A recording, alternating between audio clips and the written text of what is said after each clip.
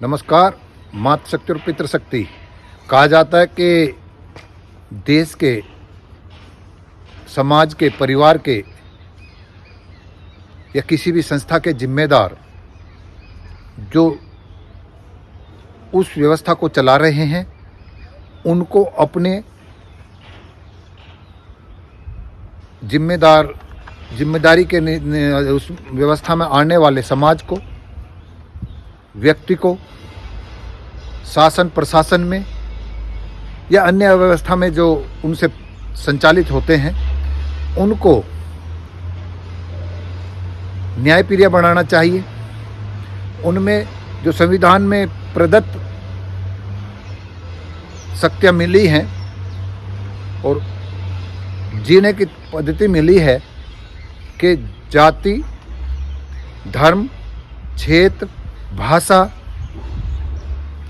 में भेद नहीं करना है। सबको साथ लेकर के सबको अपनी बात कहने का, भारतवर्ष में सभी जगह रहने का समान अधिकार है। उस परिप्रेक्ष्य को देखते हुए उनकी जिम्मेदारी बनती है कि अपने इन सब व्यवस्थाओं के चलाने वालों को हम धर्मांध ना बनाएं, जातिवादी ना बनाएं, क्षेत्रवादी ना बनाएं, धर्मवादी ना बनाएं, यानी कि हम इन भाषावादी में भेदभाव ना करने वाला समाज ना बनाएं। अन्यथा आप मौका परस्ती से कुछ समय तक उस पड़ोसी कुटिलता से नायक बनने की भूख में कामयाब तो हो जाते हैं, लेकिन आप अतीत देखिए, जितने भी नायक या महानायक बनने का भूख जगी है या वे बने हैं या समाज ने बनाए हैं, धर्मांध होकर के, जातिवादी होकर के, क्षेत्रवादी होकर के, उनको, उन्हीं महानायकों को, उन्हीं के नायक बनाने वाली जनता ने पतन भी किया है, यहाँ तक कि कत्ल भी करे हैं या उनके कत्ल होने की अवस्था आई है। तो ऐसी अवस्था में आज हमारे देश में एक हमारा आर्थिक घोटाला करने वाला, देश का सबसे बड़ा अमीर, दुनिया का दूसरे नंबर का अमीर, देश के जो इनकम टैक्स पेड हैं वो टॉप 15 में उसका नाम नहीं है। हमारी आईटी ईडी से भी इस तरफ ध्यान नहीं दे रही कि जो दुनिया का नंबर 2 का रईस है उसको करदाता इतना छोटा क्यों है कि टॉप 15 में भी नहीं है। उन टॉप 15 में टाटा है, LIC है, SBI है, NTPC है, ITC है, अन्य ये कंपनियां तो हैं, लेकिन ये महाशय नहीं है। तो इन महाशय के जब ये पोल पट्टी खुली, मैं मानता हूं कि हिंडनबर्ग एक अपनी व्यक्तिगत लाभ के लिए करता है, लेकिन उसके उठाए प्रश्नों पर कि जो हमारे अडानी जी हैं उनके भाइयों ने विदेशों में कई कंपनियां खड़ी कर रखी हैं जो कागजों में हैं, उनके ऑफिस भी नहीं है, धरातल पे उनका कोई इंफ्रास्ट्रक्चर नहीं है, लेकिन बताते मनी लॉन्ड्रिंग के थ्रू, यानी कि हवाला के थ्रू यहाँ से जो काला धन वहाँ भेजा गया है वे उन देशों में है जहाँ पर काला धन स्वीकार्य और उसको नंबर 1 करके इन अपनी कंपनी के भारी कीमत में शेयर खरीद के जनता में एक आकर्षण पैदा किया गया, एक बूम बनाया गया। और वे कंपनियां, जबकि मदर कंपनी है, भाई की कंपनी है, वे उनको लिस्टेड नहीं किया गया, यानी कि अगर वे मदर कंपनी है तो वे शेयर खरीद नहीं सकती थी, ऐसा नहीं करे, उसमें कुछ नियम है, मैं बल खाली इतना बता सकता हूँ, इस पर आगे बढ़ देख लेना। तो ऐसी अवस्था के इस घोटालेबाजी को देश पे हमला, धर्म पे हमला कह करके लोगों को बहकाया जा रहा है और हम उसका ये कह रहे हैं कि विपक्ष उसकी बात का समर्थन करके साजिश कर रहा है। आज कल ही एक RSS के पत्र निकलने वाले ने, समाचार पत्र में हमारे स्थानीय लोगों को, जिसमें विप्रो के मालिक हैं उन पे भी आरोप लगाया, सोशल मीडिया के समाचार चैनल चलाने वालों पर आरोप लगाए हैं कि वे देश विरोधी ताकतों के साथ में भारत की छवि खराब कर रहे हैं। तो जो जैसे आरोप हिंडनबर्ग ने लगाए हैं हमारे नंबर 1 अमीर पर, नंबर 1 अमीर पर, दुनिया के नंबर 2 वाले पर, ऐसे आपके अखबार ने प्रेम अजीम से लगा करके क्या देश का अपमान नहीं है? क्या प्रेम अजीम जी देश के नागरिक नहीं है? क्या वे प्रेम अजीम जी देश के लोगों को रोजगार नहीं दे रहे हैं? कहा तो ये जाता है कि इस देश में अगर किसी उद्योगपति ने टाटा के साथ में या उससे अधिक या उससे पहले या बहुत ज़्यादा धन देने का जो चैरिटी में शुरुआत की है वो प्रेम अजीम जी ने किया। क्या इनका कसूर इतना मात्र है कि मुस्लिम है?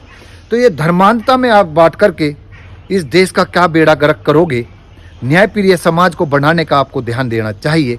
और आप कल एक इनके अमिताभ सिन्हा सुप्रीम कोर्ट के लॉयर अर्थशास्त्री कहते हैं कितनी जहर भरी बातें कर रहे थे न्यूज़ 24 पर कि ये कम्युनिस्ट और मुस्लिम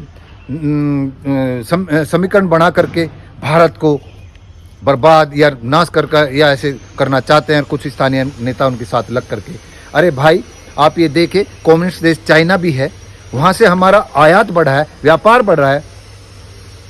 मुस्लिम कंट्रों में मुस्लिम देशों में मोदी जी की मित्रता है। अरब का सुल्तान कतर अरब हमारे यहाँ व्यापार बहुत कर रहे हैं। और तो और जो हमारा गाय जिसको हम यहाँ काउ सेंचुरी मुजफ्फरनगर में बनाने की अन्य नजर कर रहे हैं, वही देश का एक कानून मंत्री जब गाय के मांस पर बवाल हुआ था, उसने कहा था मैं गाय का मांस खाता हूँ, कोई मुझे रोक के दिखाए। उस पर ये चुप्पी खट साध लेते हैं धर्मांत लोग भी। गोवा में गाय का मांस खाया जाता है, विदेशों में अरब देशों में पश्चिम के देशों में गाय का मांस सप्लाई किया जा रहा है। बार बार मैं बकवास कर रहा हूँ। और वे माल गाय का मांस बेचने वाले निर्यातक और उनके स्लॉटर हाउस वे 20 टॉप के हिंदू हैं। तब इन धर्मांधियों को राष्ट्रवाद धर्मवाद याद नहीं आता। अरब मुस्लिमों से इतनी नफरत करके, कम्युनिज्म से इतनी नफरत करके आप तत्काल को सत्ता को सुरक्षित कर सकते हैं, लेकिन भविष्य में जो मैंने बताया जिसको आप महानायक बनाने का प्रयास कर रहे हैं, महानायकों का अंत जो कुटिलता से बनाए जाते हैं उनका अंत ऐसे होता है जैसे हिटलर का हुआ, मुसोली का हुआ, अन्य आपके सामने जग जाहिर है। तो ऐसे महानायक बनाने से इस देश का फायदा नहीं होगा। इस देश में कुएं से पानी पीने में, मंदिर में जाने से, सड़क पर थूकने से, पैरों के चलने से अशुद्धता फैलती थी। उनके पीछे झाड़ू बांधना, गले में थूकने के लिए वो बांध देना मटकी जिसे सड़क पर न थूके, शिक्षा से वंचित करना, ये हमारे देश के इस सनातन व्यवस्था के जिम्मेदारों ने ही किया है। क्या ये समझ में नहीं आता? तो ऐसी अवस्था में लोग इसको बचा रहे हैं। और मैं ये कहूँगा, क्या किसी भी व्यवस्था का सेंट्रलाइज करना उस समाज उस देश के लिए अच्छा होता है? अगर कई तरह के प्लेयर हर बिजनेस में आ जाएंगे तो प्रतियोगिता कंपटीशन बढ़ेगा नहीं बढ़ेगा? यहाँ दाल से लेकर के, दूध से लेकर के, दही से लेकर के, सामान सब्जी से लेकर के सारे देश के नंबर 1 व्यापारी बेचेंगे, छोटे व्यापारी कहाँ जाएंगे? तो ये सेंट्रलाइज करना, एकाधिकार करना किस मानवीय व्यवस्था में बस सिद्ध बताया गया, लाभकारी बताया गया?